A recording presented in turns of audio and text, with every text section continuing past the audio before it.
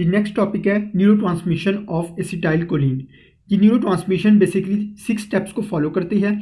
Synthesis of acetylcholine, storage of acetylcholine, release of acetylcholine, binding to receptor, degradation of acetylcholine and recycling of choline. इन 6 steps को हम step by step discuss करते हैं। देखिए, ये हमारे पास है pre synaptic neuron और ये हमारे पास है पोस्ट साइनेप्टिक न्यूरॉन, और इसके दरमियान जो स्पेस है जिसे साइनेप्टिक क्लेफ्ट कहा जाता है, यहाँ पर बेसिकली न्यूरोट्रांसमीटर रिलीज होता है। ये एज्यूम कर लीजिए सेल, और ये उसकी एक्स्ट्रा सेलुलर स्पेस है, जबकि जो अंदर वाला ये स्पेस है इसको हम एज्यूम कर लीजिए उसका साइटोप्लाज्म है। अब क्या होगा कि कोलिन एक्स्ट्रा सेलुलर स्पेस से कोलिन एंटर होगी with the help of some energy dependent mediated system, जिसके साथ सोडियम आयंस भी अंदर इन्फ्लक्स कर जाएंगे। कोलिन और सोडियम आयन इन्फ्लक्स करेंगे साइटोप्लाज्म के अंदर, और यहाँ पर पहले से मौजूद एसिटाइल कोलिन को एंजाइम ए पहले से मौजूद है, ये इसके साथ बाइंड करेंगे और ये एसिटाइल कोलिन की प्रोडक्शन करवा देंगे। याद रखिएगा, इस पूरे प्रोसेस को कैटेलाइज करने के लिए यहाँ पर एक एंजाइम काम करता है जिसे कोलिन एसिटाइल ट्रांसफरेज कहते हैं। ये पहला स्टेप है synthesis of acetylcholine. Next step है storage of acetylcholine. Acetylcholine यहाँ पर मौजूद साइनेप्टिक वेसिकल के अंदर जाकर स्टोर हो जाएंगे, और याद रखिएगा कि एसिटाइल कोलिन के अलावा यहाँ पर एटीपी को ट्रांसमीटर्स और प्रोटियोग्लाइकन्स भी मौजूद होते हैं। इनका काम को ट्रांसमीटर्स का ये होता है कि ये एसिटाइल कोलिन की एक्टिविटी को बैलेंस रखते हैं बेसिकली, या इसकी इनहिबिशन कराते हैं या एक्साइटेशन कराते हैं, इंक्रीज और डिक्रीज करते हैं एक्टिविटी को। नेक्स्ट, एक्शन पोटेंशियल जनरेट होगा, क्योंकि पहले सोडियम आयन अंदर एंटर हुए हैं, तो उस चीज़ को बैलेंस करने के लिए यहाँ पे एक्शन पोटेंशियल जब जनरेट होगा तो कैल्शियम इन्फ्लक्स बहुत ज़्यादा बढ़ जाएगा। कैल्शियम साइटोप्लाज्म या साइटोसोल के अंदर बहुत ज़्यादा बढ़ जाएगा, जिसकी वजह से ये जाकर साइनेप्टिक वेसिकल को स्टिमुलेट करेगा, और साइनेप्टिक वेसिकल जब स्टिमुलेशन होगी इसकी, तो ये प्री साइनेप्टिक मेम्ब्रेन है उसके साथ जाके फ्यूज़ कर जाएगा, और साइनेप्टिक वेसिकल फ्यूज़ करने के बाद यहाँ से इसकी रप्चरिंग होगी और यहाँ से एसिटाइल कोलिन रिलीज़ हो जाएगा, जो कि हमारा थर्ड स्टेप है the release of acetylcholine. Next step में ये होगा कि जो एसिटाइल कोलिन रिलीज़ हुआ है ये या तो प्री साइनेप्टिक मेम्ब्रेन पर मौजूद कुछ रिसेप्टर्स हैं उनके साथ जाके बाइंड कर जाएगा, या फिर पोस्ट साइनेप्टिक न्यूरॉन है उस पर मौजूद रिसेप्टर्स के साथ जाके बाइंड करेगा और अपनी रिक्वायर्ड एक्टिविटी को परफॉर्म करेगा। This is fourth step, the binding to the receptor.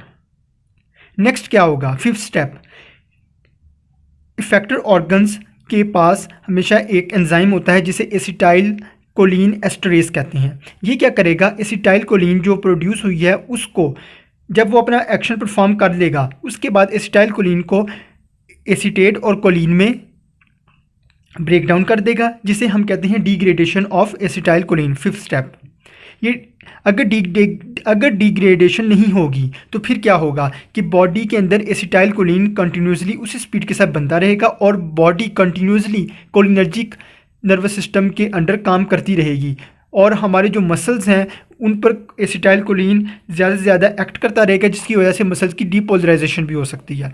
इसी वजह से एसिटाइल कोलिन एस्टरेज कोलिन और एसीटेट में इसको एसिटाइल कोलिन को ब्रेक डाउन कर देगा, कन्वर्ट कर देगा।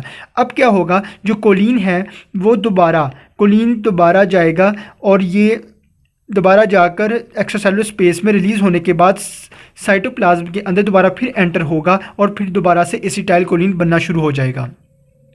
इससे कहते हैं 6 स्टेप, जिसे रिसाइकलिंग ऑफ कोलिन कहते हैं। रिसाइकलिंग बहुत ज़रूरी है, और इसे रेट लिमिटिंग स्टेप भी कहते हैं for the synthesis of acetylcholine and release of acetyl choline, क्योंकि ये रेट लिमिटिंग स्टेप है। ये डिसाइड करता है कि एसिटाइल कोलिन की कितनी सिंथेसिस होगी और कितनी अमाउंट में ये रिलीज़ होगी, क्योंकि कोलिन अगर रिसाइकल नहीं करेगा जाकर, अगर दोबारा एंटर नहीं होगा तो एसिटाइल कोलिन की प्रोडक्शन ही नहीं होगी। Let's summarise this. Choline from extracellular space cytoplasm के अंदर एंटर होगी, और उसके साथ साथ सोडियम का इन्फ्लक्स भी होगा। वहाँ पर पहले से मौजूद साइटोप्लाज्म के अंदर एसिटाइल को एंजाइम ए होता है, जो आपस में मिलेंगे। कोलिन और एसिटाइल को ए मिलेगा, और एसिटाइल कोलिन एक एस्टर है, वो उसकी प्रोडक्शन करवा देंगे। किसकी मौजूदगी में? कोलिन एसिटाइल ट्रांसफरेज एंजाइम की मौजूदगी में। नेक्स्ट स्टेप में ये होगा एसिटाइल कोलिन साइनेप्टिक वेसिकल में जाकर स्टोर हो जाएगी और इसके साथ साथ वहाँ पर एटीपी को ट्रांसमीटर्स और प्रोटियोग्लाइकन्स भी प्रेजेंट होते हैं और एक्शन पोटेंशियल जनरेट होगा जिसकी वजह से कैल्शियम का इन्फ्लक्स होगा, कैल्शियम बढ़ जाएगा साइटोसोल के अंदर और ये जाकर साइनेप्टिक वेसिकल को स्टिमुलेट करेगा और इसके स्टिमुलेशन के बाद ये प्री साइनेप्टिक न्यूरॉन की मेम्ब्रेन के साथ जाकर फ्यूज़ करेगा और यहाँ पर रिलीज़ होगी एसिटाइल कोलिन की, जो कि थर्ड स्टेप है। फोर्थ स्टेप में ये होगा कि एसिटाइल कोलिन जो रिलीज़ हुई है वो या तो प्री साइनेप्टिक न्यूरॉन के रिसेप्टर्स के साथ जाके बाइंड करेगा और इस एक्टिविटी को इनहिबिट कर सकता है, या फिर ये पोस्ट साइनेप्टिक न्यूरॉन के रिसेप्टर्स के साथ जाके बाइंड करके अपना रिक्वायर्ड एक्शन परफॉर्म करेगा। और फिर फिफ्थ स्टेप है डिग्रेडेशन ऑफ ACH। ये इस तरह होगी कि इफेक्टेड ऑर्गन्स के पास एसिटाइल कोलिन एस्टरेज एंजाइम मौजूद होता है जो कि एसिटाइल कोलिन को कोलिन और एसीटेट में कन्वर्ट कर देता है। फिर कोलिन की रीअपटेक होगी जो कि सिक्स स्टेप है जिसे रिसाइकलिंग ऑफ कोलिन कहा जाता है। ये रेट लिमिटिंग स्टेप है, ये डिसाइड करेगा क्योंकि कोलिन अंदर जाएगा, साइटोप्लाज्म के अंदर दोबारा जाएगी तो एसिटाइल को एंजाइम ए के साथ मिलकर दोबारा फिर एसिटाइल कोलिन की प्रोडक्शन स्टार्ट कर देगी। ये हमने 6 स्टेप्स देख लिए हैं। अब हम देखते हैं कुछ ऐसी ड्रग्स जो डिफरेंट स्टेप्स को इनहिबिट करती हैं। फॉर एग्जांपल हेमिकोलिनियम एक ऐसी ड्रग है, एक ऐसा सब्सटेंस है जो क्या करता है, कोलिन की रीअपटेक को प्रोसेस को इनहिबिट करता है। क्योंकि जब कोलिन यहाँ पर एसिटाइल कोलिन और एसीटेट में ब्रेकडाउन होती है तो कोलिन ने रीअपटेक करना होता है। अगर कोलिन की रीअपटेक प्रोसेस ही को इनहिबिट कर दिया जाए तो कोलिन दोबारा साइटोप्लाज्म सेल के अंदर नहीं एंटर होगी और एसिटाइल कोलिन मज़ीद नहीं बनेगा।